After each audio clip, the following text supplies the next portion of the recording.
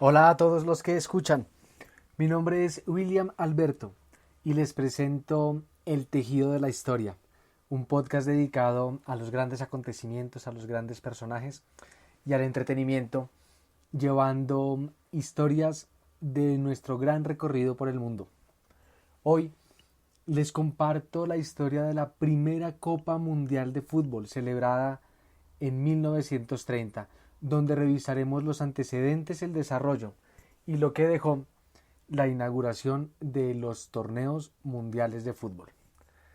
La historia comienza en 1904 con la creación de la FIFA. Uno de los objetivos principales de la Asociación de Fútbol era que en algún momento pudiera hacerse un torneo de orden mundial que congregara a la humanidad en torno a la celebración del fútbol. Para esa época era difícil para la FIFA, dada su condición económica y la falta de infraestructura, de manera que acuden al Comité Olímpico Internacional para que éste incluya al fútbol como una disciplina olímpica. Ya para el año 1906 el fútbol es aceptado dentro de los Juegos Olímpicos. En 1914 la FIFA se pronuncia y dice que el Campeonato Mundial de Fútbol Olímpico es un torneo para aficionados, dejando en claro que la idea de la FIFA era ir mucho más allá. En las citas olímpicas de 1920 en Anvers, 1924 en París y 1928 en Ámsterdam, la FIFA es el organismo encargado de organizar el torneo de fútbol. Pero, ante la inminente creación de un mundial para el año de 1930, los Juegos Olímpicos de Los Ángeles en el año 1932 se queda sin la participación del fútbol. Es en el Congreso de la FIFA de 1928 donde se aprueba la creación de un torneo que se celebrará cada 4 años, que adicional se jugará en una única sede y que sobre todo permitirá la participación de futbolistas profesionales. Esa sede es adjudicada a Uruguay y es ratificada en 1929. Uruguay gana esa sede dado que promete que las selecciones que quieran participar en el torneo recibirán todos los gastos pagos, el viaje y la estadía. Entonces eso deja sin piso a los países europeos que quisieran ser sede de ese primer mundial. Eso y que la economía europea pendía de un hilo, dado que hasta ahora se estaban recuperando de los acontecimientos de la Primera Guerra Mundial. El Mundial de Fútbol de 1930 sin duda ayudó a la reconciliación de las naciones que estuvieran en guerra y a la concordia de todos aquellos países beligerantes a través del deporte. Esa es la importancia primordial del torneo celebrado en Uruguay. Entre otras cosas, Uruguay se queda con ese mundial porque prometió la construcción de un nuevo estadio que albergaría todos los partidos de esa Copa del Mundo, adicional el pagar los gastos, y que a la FIFA le llamó mucho la atención que para la época en que se jugaría el Mundial, Uruguay celebraría el centenario de la jura de la Constitución de ese país. Exactamente el centenario de Uruguay, el estadio, se llama así, dada la celebración ocurrida en 1830, la celebración de su independencia. El torneo contó con 13 participantes. La FIFA luchó para que por lo menos se pudieran incluir 16, pero la negativa de algunos países de embarcarse en semejante viaje obligó al torneo de fútbol a tener un formato bien particular, un grupo de 4 participantes y 3 grupos de 3. Los grupos estaban conformados de la siguiente manera. En el grupo 1, Argentina, Chile, Francia y México. En el grupo 2, Yugoslavia, Brasil y Bolivia. En el grupo 3, Uruguay, Rumanía y Perú. En el grupo 4, Estados Unidos, Paraguay y Bélgica. El formato era de lo más simple. Aquellos países que pasaran primeros de sus grupos jugarían una semifinal de manera directa, sin ninguna otra ronda previa. De manera que las semifinales se jugaron de la siguiente manera. Uruguay enfrentó a Yugoslavia y Argentina enfrentó a los Estados Unidos. Uruguay ganó el partido 6-1 y Argentina hizo exactamente lo mismo con los Estados Unidos. De esa manera acceden a la final, uruguayos y argentinos.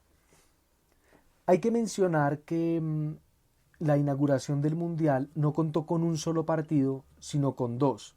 El 13 de julio de 1930 a las 3 de la tarde, Francia y México jugaron en el estadio Pocitos, estadio del club Peñarol, y los Estados Unidos y Bélgica jugaron en el estadio Gran Parque Central, propiedad del Club Nacional de Montevideo. En el partido de Francia ocurre el primer gol de la historia de los mundiales, anotado por el señor Lucien Laurent, quien falleciera el 12 de abril de 2005 a los 97 años de edad, llevándose consigo el tremendo orgullo de ser el primer hombre en anotar un gol en la historia de las Copas del Mundo. Llegado el día 13 de julio de 1930, en el Estadio Centenario, que había sido apenas inaugurado en el sexto día de competencias, se abren las puertas a las 8 de la mañana, unas 6 horas antes del encuentro, y para el mediodía ya se registraban 93.000 espectadores. Las selecciones de Uruguay y de Argentina presentaron cada uno su propio balón y al no poderse poner de acuerdo, se juega cada uno de los tiempos con balones diferentes, con el fin de lograr un poco de equidad en el juego de la final. Héctor el Manco Castro es quien se convierte en el goleador de la final con 2 anotaciones. Es el 1-0 y el definitivo 4-2 a los 89 minutos de juego. El Manco era conocido con ese apodo porque 13 años antes pierde uno de sus brazos en un accidente con una sierra eléctrica, convirtiéndose de esa manera en el único jugador al que le falten alguna de sus extremidades en anotar goles en un mundial. Pareciera que para nuestra época es un poco difícil lograr igualar la marca del Manco Castro.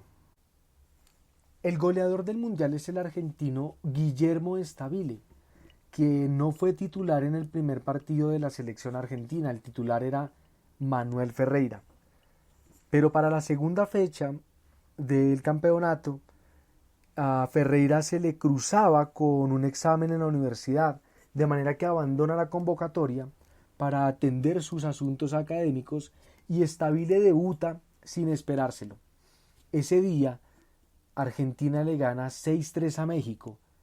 Stabile convierte sus primeros 3 goles en la Copa del Mundo y en los restantes 3 partidos anota 5 goles más para anotar en total 8 goles en 4 encuentros, convirtiéndose así en el primer máximo goleador de la historia de los campeonatos mundiales de fútbol.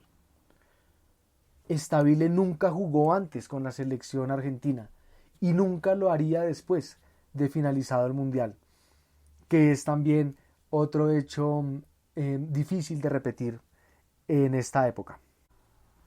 El mundial celebrado en Uruguay dejó datos como el primer goleador, Guillermo Stabile, con 8 goles, la bota de plata con Pedro Sea, con 5 goles de la selección de Uruguay, y la bota de bronce para el estadounidense Ber Patenadou, con 4 anotaciones en total.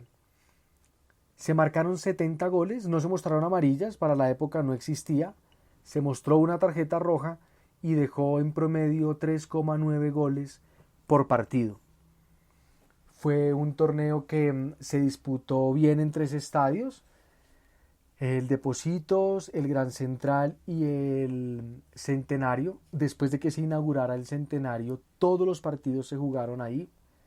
Tuvo siempre un lleno total.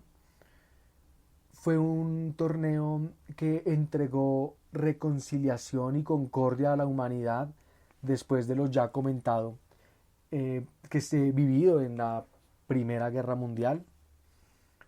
Y sobre todo sentó las bases para lo que conocemos hoy como los mundiales de fútbol, pues se empezaron a hacer cada 4 años, llevando cada vez más gente y más pasión a los estadios, y sentó las bases para construir lo que en definitiva hoy por hoy es la FIFA y hoy por hoy es el torneo de las Copas del Mundo.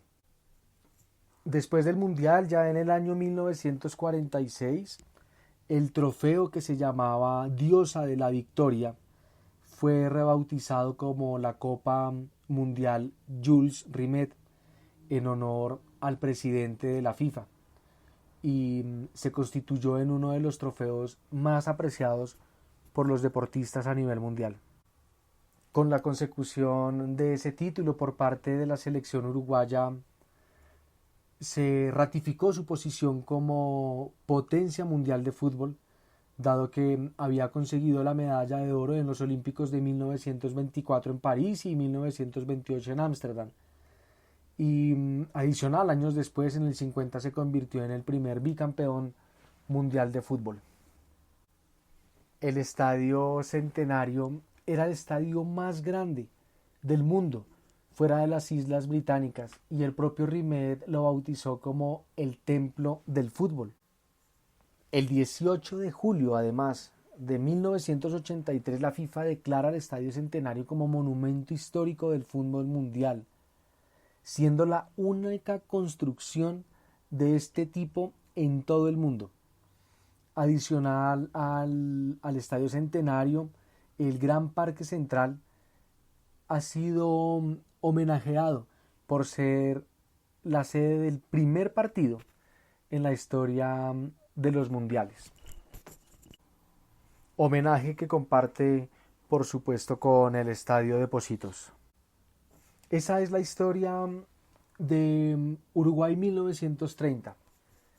Hay que tener muy presente que el fútbol por primera vez reunió a tantos países de una manera desinteresada y llevó a lo largo de los días de su competencia total paz, siendo muestra que el deporte ayuda a curar las heridas que, por ejemplo, la guerra ha dejado. Este podcast ha llegado a su final, pero el tejido de la historia volverá más adelante con un nuevo podcast. Para mí ha sido un gusto poder llevarles esta historia. Por favor, encuéntrenme en YouTube como William Alberto Historiador. Suscríbanse, den clic en la campana para recibir alerta de nuevo contenido. Nosotros nos escucharemos en otra ocasión.